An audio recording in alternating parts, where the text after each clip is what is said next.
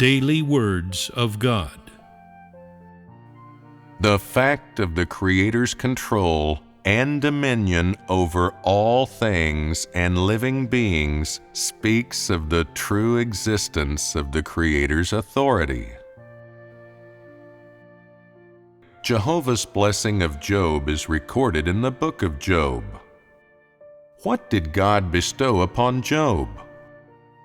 So Jehovah blessed the latter end of Job more than his beginning, for he had 14,000 sheep, and 6,000 camels, and 1,000 yoke of oxen, and 1,000 she-asses. Job 42:12. From man's perspective, what were these things given to Job? Were they man's assets? With these assets, would Job have been very wealthy during that age?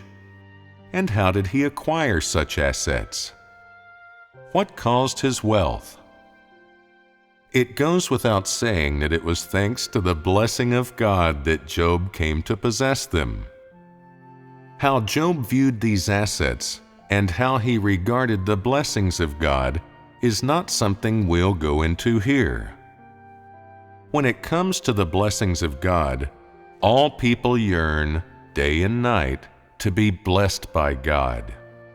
Yet man has no control over how many assets he can gain during his lifetime, or whether he can receive blessings from God. And this is an indisputable fact. God has authority and has power to bestow any assets upon man, to allow man to obtain any benediction, yet there is a principle to God's blessings. What kind of people does God bless? The people that He likes, of course. Abraham and Job were both blessed by God, yet the blessings which they received were not the same. God blessed Abraham with descendants as numerous as the sand and the stars. When God blessed Abraham, He caused one man's descendants, one nation, to become powerful and prosperous. In this, the authority of God ruled mankind, who breathed the breath of God among all things and living beings. Under the sovereignty of God's authority, this mankind proliferated and existed at the speed and within the scope decided by God. Specifically, this nation's viability, rate of expansion, and life expectancy were all part of God's arrangements, and the principle of all of this was wholly based on the promise that God made to Abraham, which is to say that, regardless of the circumstances, God's promises would proceed without hindrance and be realized under the providence of God's authority. In the promise that God made to Abraham, regardless of the world's upheavals, regardless of the age, regardless of the catastrophes endured by mankind, the descendants of Abraham would not face the risk of annihilation, and their nation would not die out. God's blessing of Job, however, made him extremely wealthy. What God gave him was an array of living, breathing creatures, the particulars of which, their number, their speed of propagation, survival rates, the amount of fat on them, and so on, were also controlled by God. Though these living beings did not possess the ability to speak, they too were part of the Creator's arrangements, and the principle of God's arrangements was according to the blessing that God promised to Job.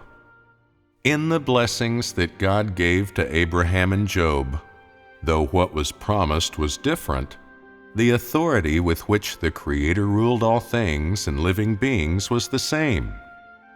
Every detail of God's authority and power is expressed in His different promises and blessings to Abraham and Job, and once again shows mankind that the authority of God is far beyond man's imagination.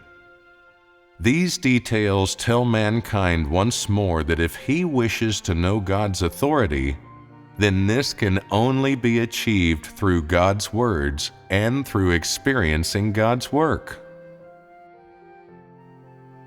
God's authority of sovereignty over all things allows man to see a fact. God's authority is not only embodied in the words, "And God said, 'Let there be light,' and there was light. And let there be firmament, and there was firmament. And let there be land, and there was land." But, moreover, in how he made the light continue, prevented the firmament from disappearing, and kept the land forever separate from the water, as well as in the details of how he ruled over and managed the creatures, light, firmament, and land. What else do you see in God's blessing of mankind? Clearly, after God blessed Abraham and Job, God's footsteps did not cease, for he had only just begun to exert his authority, and he intended to make every one of his words a reality, and to make every one of the details of which he spoke come true. And so, in the years to come, he continued doing everything that he intended. Because God has authority, perhaps it seems to man that God only speaks and does not need to lift a finger for all things to be accomplished. To imagine thus is, I have to say, ridiculous.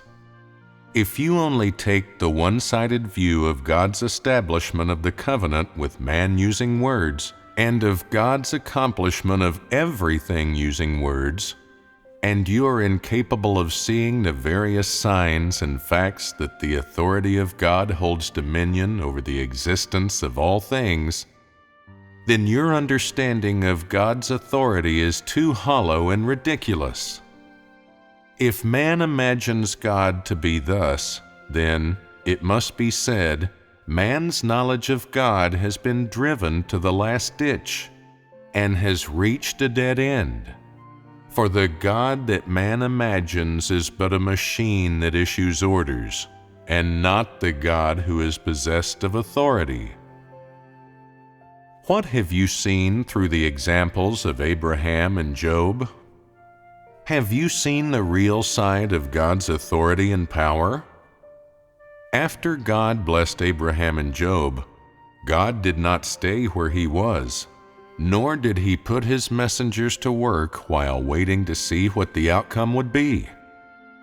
On the contrary, as soon as God uttered his words, under the guidance of God's authority, all things began to comply with the work that God intended to do, and there were prepared the people, things, and objects that God required. Which is to say that, as soon as the words were uttered from the mouth of God, God's authority began to be exerted across the whole land, and he set a course in order to accomplish and fulfill the promises that he made to Abraham and Job, while also making all the proper plans and preparations for all that was required for every step and each key stage he planned to carry out.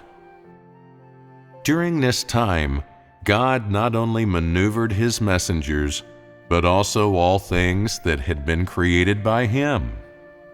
Which is to say that the scope within which God's authority was exerted not only included the messengers, but, moreover, all things, which were maneuvered in order to comply with the work that he intended to accomplish. These were the specific manners in which the authority of God was exerted. In your imaginings, some may have the following understanding of God's authority.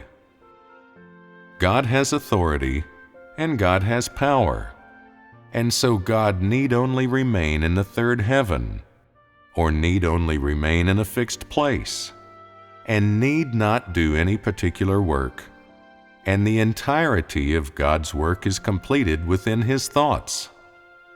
Some may also believe that although God blessed Abraham, God did not need to do anything, and it was enough for him to merely speak his words.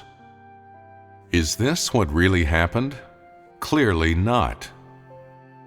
Although God is possessed of authority and power, his authority is true and real, not empty. The authenticity and reality of God's authority and power are gradually revealed and embodied in his creation of all things, and control over all things, and in the process by which he leads and manages mankind.